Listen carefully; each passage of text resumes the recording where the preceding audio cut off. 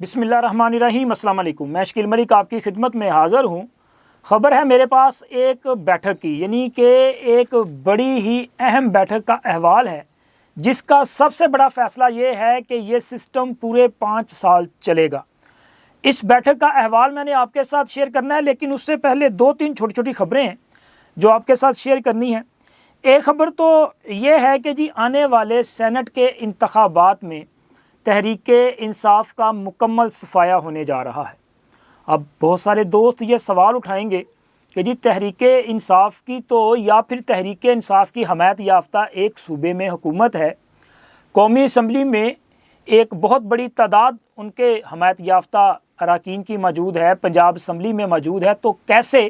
تحریک انصاف کا صفایا ہو جائے گا؟ سر، تحریک انصاف تو تب ایگزسٹ کرے گی جب تحریک انصاف کا انتخابی نشان ہوگا یا پھر اس کے ٹکٹ پہ سینیٹر جو ہیں وہ الیکٹ ہوں گے۔ ایک بار مسلم لیگ نون پر بھی یہ وقت آیا تھا کہ ان کے انتخابی نشان پہ سینیٹر نے الیکشن کنٹیسٹ نہیں کیا تھا، اور 6 سال تک وہ لوگ آزاد سینیٹر کی حیثیت میں ہی جو ہے وہ پکارے، اور مطلب سینٹ میں ان کی جو حیثیت تھی آزاد کی حیثیت تھی۔ اب حالیہ جو سینٹ کے انتخابات ہونے جا رہے ہیں 2 اپریل کو، اس میں تحریک انصاف کی بجائے سنی اتحاد کونسل کے پلیٹ فارم سے تحریک انصاف کے جو امیدواران ہیں وہ الیکشن میں حصہ لیں گے، اور ایسی جماعت کے جس کی اپنی کوئی پوزیشن نہیں، جس کی اپنی کوئی ایک سیٹ نہیں، اب اگلے 6 سال تک کم از کم سینٹ میں ایک بڑی تعداد سینٹرز کی جو ہے وہ ان کی جماعت سے بلونگ کر رہی ہوگی، اور وہ ایک عرصے تک اہم معاملات میں اس جماعت کی جو شمولیت ہے وہ لازم رہے گی۔ اور اس کے ساتھ ساتھ تحریک انصاف کہیں یا سنی اتحاد کونسل کہیں، ان کے جو رکن قومی اسمبلی ہیں جناب سردار لطیف کھوسہ صاحب، انہوں نے کہا ہے جی 9 مئی کے واقعات کی جوڈیشل انکوائری کروائی جائے۔ اچھا، یہ اس سے پہلے بھی کئی بار یہ باتیں کی جا چکی ہیں، اور میں نے بھی اس پہ کئی بار جو ہے وہ اپنی رائے کا اظہار کیا، اور ایک بار پھر یہ گزارش کر دیتے ہیں کہ چیف جسٹس جناب جسٹس قاضی فائز عیسیٰ صاحب کو چاہیے کہ وہ اس معاملے کی انکوائری کریں، اور وہ خود کریں، اور اس معاملے کو منطقی انجام تک پہنچایا جائے۔ لیکن جوڈیشل انکوائری کروانی ہے حکومت نے، تو سب سے پہلے تو حکومت کو اس پر کوئی انیشیٹو لینا پڑے گا، اور سپریم کورٹ کو ایک خط تحریر کرنا پڑے گا۔ لیکن اس سے پہلے یہ فیصلہ نہ کر لیا جائے کہ یہ جو 9 مئی کے مقدمات چل رہے ہیں آخر یہ کتنی دیر تک چلتے رہیں گے۔ جوڈیشل انکوائری کروانی ہے وہ تو چلیں آپ کروا لیں،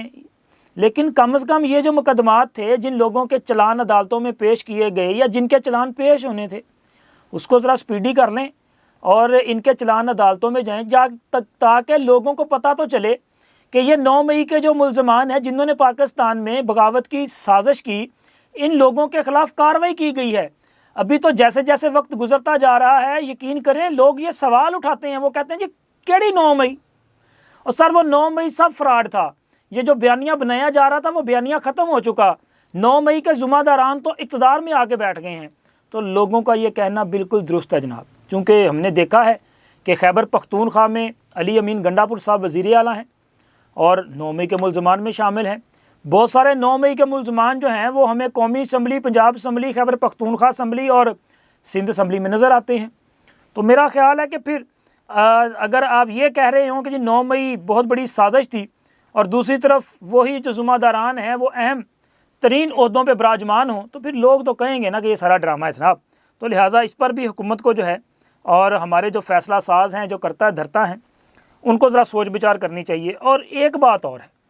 وہ ہے افشاں لطیف صاحبہ۔ وہ افشاں لطیف صاحبہ جو کہ کاشانہ کی سپرنٹینڈنٹ ہوا کرتی تھیں، اور وہ افشاں لطیف جنہوں نے پچھلے کئی سال سے عمران خان اور بشرا بی بی کے خلاف ایک علم جہاد بلند کیا ہوا ہے، اور وہ ہر فورم پہ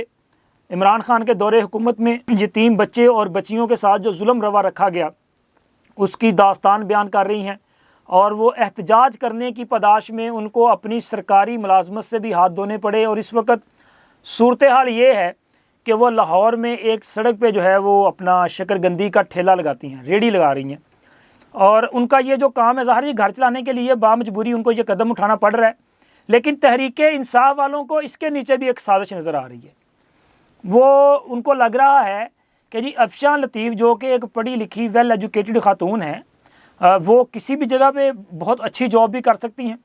تو وہ جاب کرنے کی بجائے یہ ریڑھی کیوں لگا کے بیٹھ کھڑی ہو گئی ہیں؟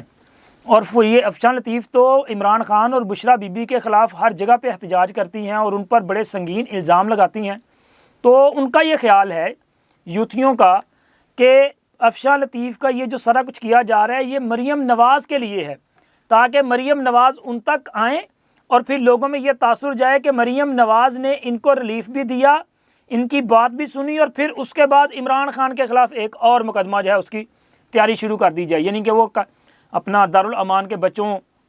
کے جنسی استحصال کا معاملہ، ان کو اپنا قتل کرنے کا معاملہ یا اور اس قسم کے جو الزامات ہیں، اس معاملے پر بھی یوتھیوں کو اب محسوس ہونا شروع ہوا ہے کہ جی لگتا ہے کہ یہ بھی عمران خان کے خلاف کیس کھلنے جا رہا ہے۔ اور سب اب آتے ہیں اس اہم ملاقات پہ، وہ ملاقات جو اسلام آباد کے سب سے بڑے گھر میں ہوئی، اور وہ گھر ہے وزیر اعظم آفس، ایوان وزیر اعظم۔ وہاں پہ شہباز شریف صاحب وزیر اعظم پاکستان اور وزیر اعلیٰ خیبر پختونخوا علی امین گنڈاپور کی ملاقات۔ اچھا، اس ملاقات میں جو کچھ ہوا اس کی رویداد تو آپ نے سنی نا، وہ پریس کانفرنس جو احسن اقبال صاحب نے اور علی امین گنڈاپور صاحب نے اکٹھے کی، اور اس پریس کانفرنس کی جو باڈی لینگویج ہے وہ بتا رہی ہے کہ کیا کچھ ہوا ہوگا اور کیا کچھ ہونے جا رہا ہے۔ وہ علی امین گنڈاپور جو کہ بڑے وہ کہتے ہیں نا اپنے دبنگ انداز میں دھمکیاں دیا کرتے تھے، اور جو دعویٰ کرتے تھے کہ جناب میں تو ان کے ساتھ ہاتھ نہ ملاؤں، اور وہ علی امین گنڈاپور ملاقات بھی کرتے ہیں اور پھر اس کے بعد ہاتھ باندھ کے کھڑے بھی ہوتے ہیں، اور میڈیا کے سامنے وہ ایسی وضاحتیں پیش کرتے ہیں، اور ان کی باڈی لینگویج بتا رہی ہے کہ سر اگلے 5 سال تک یہ سسٹم کہیں نہیں جانا۔ لیکن اس ملاقات کی جو خاص بات ہے وہ یہ ہے کہ ایک تو اس ملاقات کے دوران جناب احسن اقبال صاحب موجود تھے وزیر اعظم کی اس ملاقات میں، ان کے ساتھ ساتھ وفاقی وزیر اطلاعات و نشریات جناب عطا تارڑ صاحب موجود تھے، اور اس کے علاوہ مشیر داخلہ جناب محسن نقوی صاحب موجود تھے۔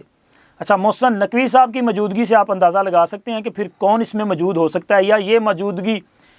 کن کی موجودگی ہے، یہ بھی آپ اندازہ لگا سکتے ہیں۔ تو پھر اس کا مطلب یہ ہے کہ جناب علی امین گنڈاپور صاحب کو لانے والے بھی وہاں پہ موجود تھے اور ان کو سمجھانے والے بھی وہاں پہ موجود تھے، اور علی امین گنڈاپور صاحب کو اس طرح سے محبت اور پیار کے ساتھ سمجھایا گیا کہ وہ بڑے اچھے بچے کی طرح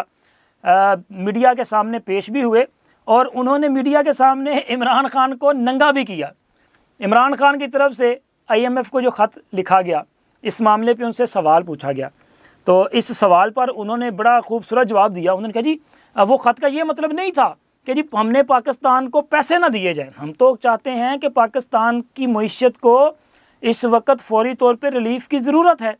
تو ہم تو IMF کو صرف یہ بتانے کی کوشش کر رہے تھے کہ جی ہمارا یہ پوائنٹ آف ویو ہے کہ انتخابات میں دھاندلی ہوئی ہے، باقی اس سے زیادہ کچھ نہیں تھا۔ ہم تو چاہتے ہیں کہ IMF پاکستان کی حکومت کے ساتھ پیکج ڈیل کرے اور پاکستان کو پیسے